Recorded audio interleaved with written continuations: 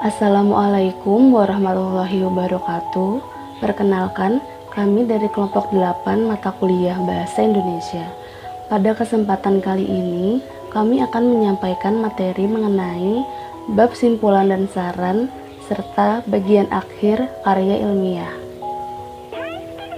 Kelompok kami beranggotakan Anissa Nurul Mustafa, NPM 181063102079, Azizatur Rofiko, NPM 181063102081, dan Aisyah Amini, NPM 18106310200104. Materi pertama yang akan kami sampaikan adalah simpulan. Pengertian simpulan.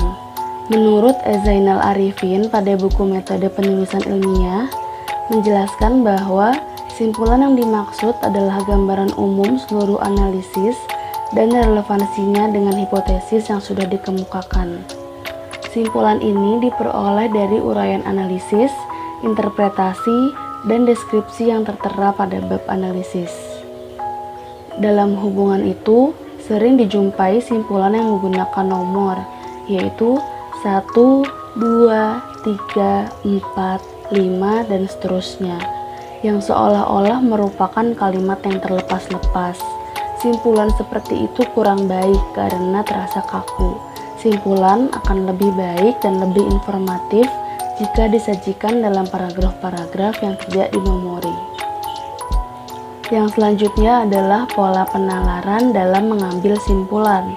Dalam mengambil simpulan, digunakan pola penalaran deduktif dan induktif. Yang pertama ada penalaran deduktif.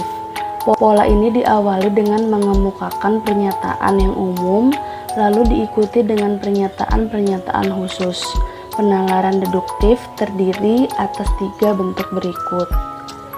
A. Silogisme. Silogisme adalah proses pengambilan simpulan dengan mengungkapkan terlebih dahulu pernyataan yang bersifat umum disusul dengan pernyataan khusus. B. Sebab, strip akibat, strip akibat. Pola ini diawali dengan mengungkapkan fakta yang merupakan sebab, lalu disusul dengan simpulan yang berupa akibat. C. Akibat, strip sebab, strip sebab. Pola ini dimulai dengan pernyataan yang merupakan akibat, kemudian ditelusuri penyebabnya. Yang kedua ada penalaran induktif. Pola penalaran ini bermula dari pengungkapan hal-hal yang khusus, kemudian ditarik suatu simpulan yang bersifat umum. Berikut pola-pola penalaran induktif.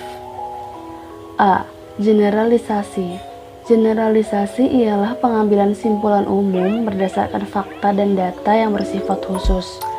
Data dan fakta diperoleh melalui penilaian, pengamatan, atau hasil survei. B. Sebab, strip akibat.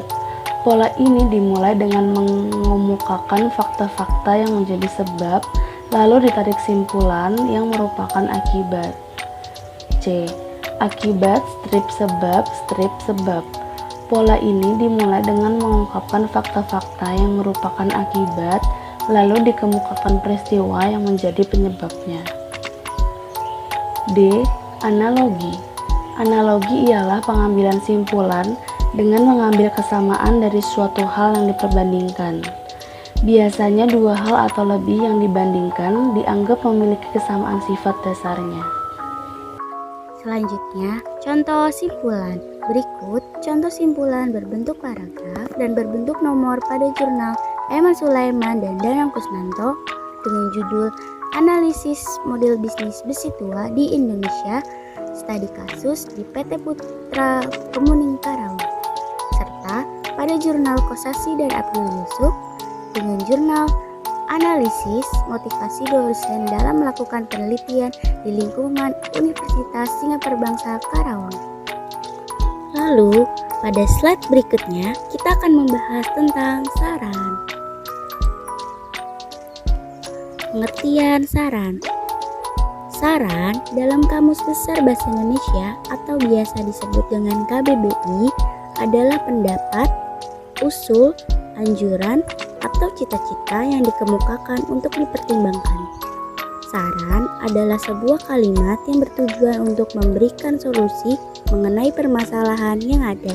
Lalu, pengertian saran menurut Zainal Arifin pada metode penulisan ilmiah menjelaskan bahwa saran-saran penulis tentang metodologi penelitian lanjutan, penerapan hasil penelitian, dan beberapa saran yang mempunyai relevansinya dengan hambatan yang dialami selama penelitian. Cara membuat saran. Saran atau rekomendasi dalam penelitian dapat didefinisikan sebagai saran penting mengenai tindakan terbaik dalam situasi tertentu. Seluruh ide rekomendasi adalah untuk memberikan panduan bermanfaat yang tidak hanya akan menyelesaikan masalah tertentu, tetapi juga memberikan hasil yang bermanfaat. Saran harus konkret dan spesifik. Ini harus didukung dengan alasan yang jelas dan terhubung dengan simpulan Anda.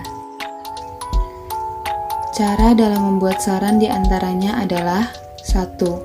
Seusai menutup simpulan, penulis dapat memberikan saran kebijakan atau saran untuk keperluan penelitian lebih lanjut maupun saran yang lebih praktis atau berfaedah secara real. 2. Dalam menyusun saran, hendaknya penulis tidak menyarankan sesuatu yang tidak mempunyai dasar atau keterkaitan dengan pembahasan yang dikemukakan. 3. Saran hanya berisi alternatif yang diajukan penulis agar permasalahan yang ada dapat dipecahkan sebaik-baiknya di waktu mendatang. 4.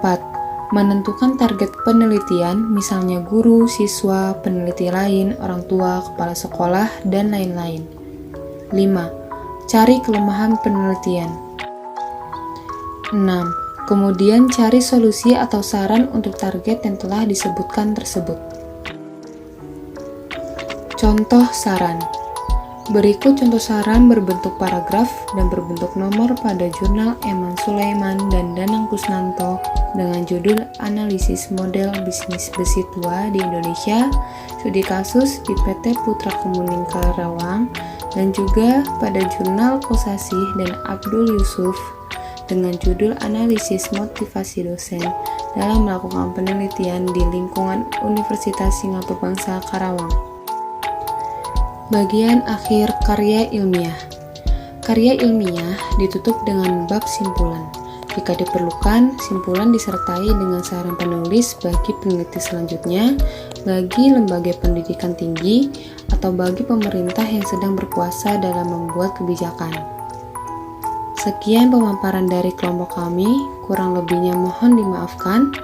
Wabillahi taufiq wal hidayah. Wassalamualaikum warahmatullahi wabarakatuh.